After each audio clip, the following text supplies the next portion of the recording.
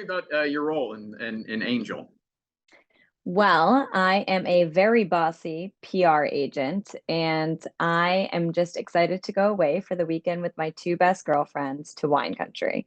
And, I am somebody who worked hard and my hard work has paid off, but I've definitely become superficial, I think, along the way. And it seems like I kind of want an out, I'm sick of the grind, and I think maybe for me, what could be the my exit strategy to a less stressful life would be to marry rich and have two kids. Well, I think all three of you in the movie like kind of won out in some sort of way, right? Yeah, yeah, which I think, it's like that is such a common thread in anyone's life, right? Like I don't think that we just have midlife crisis, especially if we're in any creative field. It's like, yeah, you always are looking for a way to kind of reinvent yourself or feel yeah, like passionate about what you're doing again. So I think we're always daydreaming about, a big drastic change. I know I do. Heck, I got two little kids and I wake up at like 5 a.m. every day. Ugh, take me out of it. So how did you actually get the part? I auditioned the good old fashioned way. I sent in a self tape first, and just like it was, pre-COVID, so I wasn't doing as many self tapes. And then Raeann calls me in for a in person, and I actually wanted the role that Angela had, the pregnant one. I really wanted that one. I felt like I connected with it. It was really good. I even think I asked for it, and she was like, "No, you're going to be Brooke. That is the role for you." And all said and done, I am glad with, she had the creative vision and she chose correctly. Yeah, I mean you knocked the role out of the park. There you go. With Like I your say help, that right. with your help. Yeah. So I think right, the film's coming out like I know we finished it like a while ago, but I hmm think right now is like the perfect time for it to come out with everything that's going on. It could not be more of a perfect time. I think obviously, the main theme is dealing with grief, and I think like being a woman, miscarriage has always been something that's kind of like brushed under the rug. People don't really talk about it. It's like you're not expected to grieve for that, so it's so important to have that be the very important theme here. Another theme that I think is really important here is like this idea that you're grasping for something else or you're searching for something else, and maybe that's because of social media. You're always seeing that people's lives are so happy and that people move on so quickly or they have no troubles. And I think that what's so relatable about this movie and why it's so important right now is that it's raw and it's real. You've got have you done a lot of comedy? Because in the movie, you've got like some good comedic chops going on. I have done some comedy. I was in Second City Improv for a while. I loved Nice. Second City. Yeah, it was really fun. And then comedic roles are my favorite to book. I always have the most fun. And yeah, I've had some cool stuff. I just filmed this really fun little pilot that Keenan Thompson produced. I've heard it's going to go somewhere. I don't know, but now I've had two roles where I play like the neighborhood Karen kind of. So I think that might be my niche. I'm gonna embrace it warmly, but I do have so much fun when you like get to play with the script. And Raeann writes really well. I actually just read another one of her scripts a couple days ago, and she's clever. She's quick and she's clever, and there's so many little funny buttons that are so perfect to hit that it's not all the time that the writer does the comedic work for you, and she really does. She really works it through and has that eye of like being the writer, but also being the actor and also being on the production side. Like she ties it all together, so it makes it easy to hit those moments. So the film, it's like a mostly female cast. Rayanne wrote, directed, and stars in it, and a lot of behind the scenes parts, roles, jobs were women as well. I mean, I felt completely comfortable because in my life, I had women running the show all the time. It's just me and my dog at home. So how was that for you to be in sort of that environment where it's kind of, I feel like it's not that way usually. I think there is something so it's so empowering to be an actress on set when it's all females there. I feel like it feels safe in a lot of ways, but it really gives you the feeling that like, hey, I could also do this. And since then I ended up finishing my own screenplay. And I can't say that it wasn't because I probably was inspired at some time. It's like it's so true that people see an example of, yeah, a woman really making it and playing all the hats and having her project come all the way through from the idea all the way to where it is now. And I think it has the ability to inspire others, and it's nice. It's great. It's great. Not to say there's anything wrong with any males that are in, but it's great for women to also have their time to step forward if they want to. Uh, so you've done some like bigger budget things, and with this one, do you feel like you get to play more on something with a smaller budget like this one?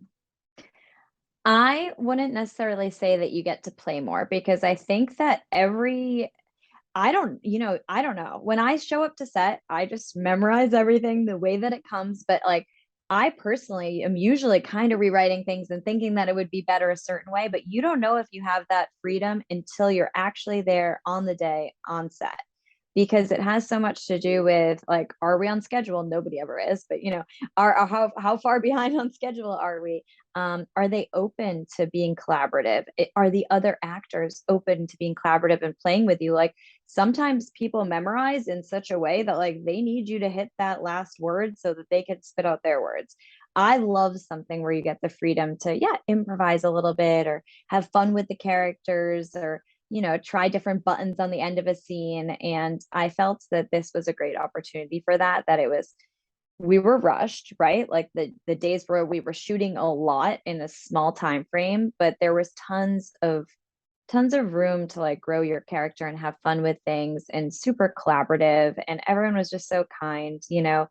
I think too, it's like being on a set where no one's screaming at makeup and hair to hurry up or yelling at the art department for everything. I mean, everyone Hmm. yells at art department, but it's nice. It's like the tone gets set right away, and then as the actor I'm like, okay, either this is something where I can have a little bit more fun and play with, or I'm just here to kind of be quiet until I get to deliver my lines.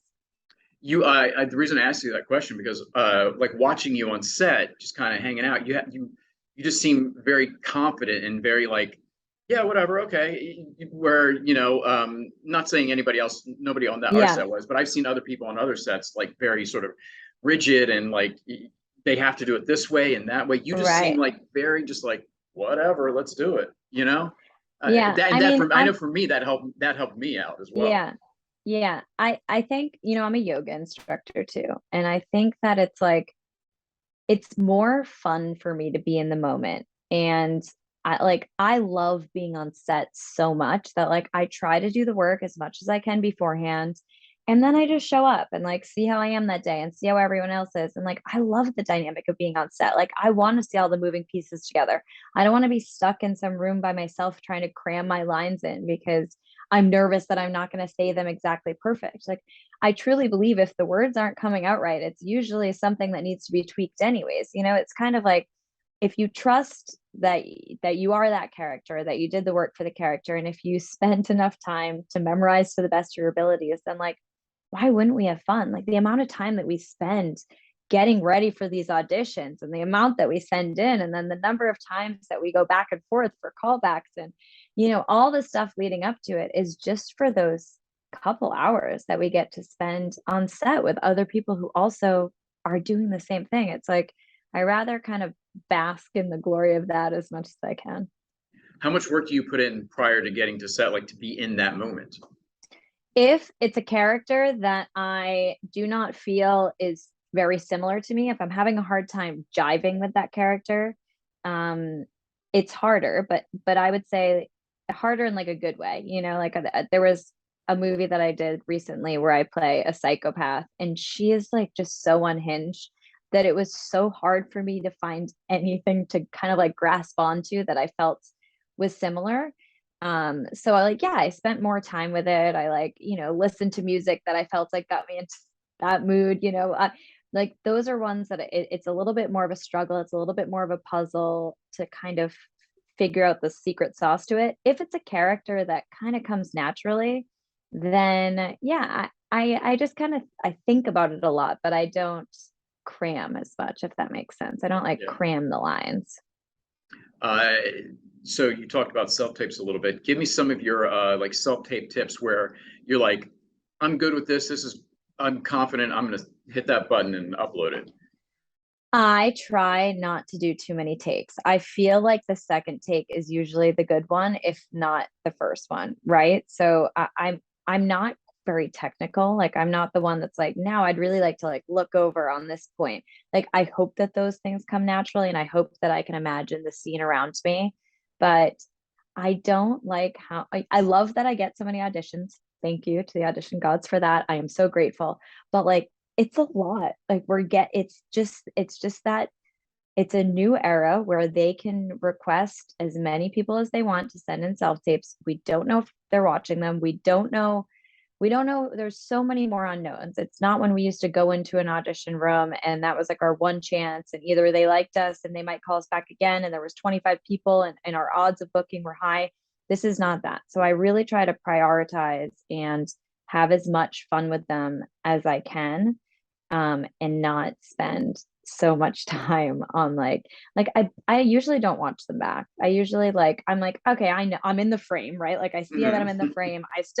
I still trim it good, but yeah, I usually don't even watch them back. I'm like I either feel good about it and I have a good feeling, or I try to do one or two more, but yeah, it's like it's easy to get bogged down in it. It really is.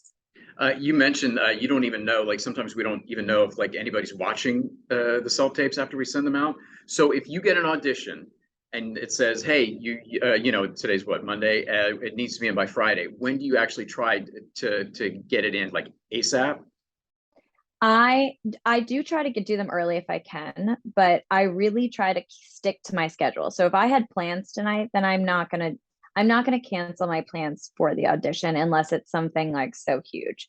But I do try to like, yeah, stick to my routine, stick to my schedule and work the auditions in. But yeah, we're doing them every day. I mean, it's like it feels nonstop, which is again a good thing, but it's just yeah, it's like keeping that kind of like making sure that you don't get burnt out, still taking time for yourself, still making sure that you're, yeah, exploring your surroundings, doing other things that you're passionate about. Because for me, like I love to paint. And I love to paint because like I like the finished product.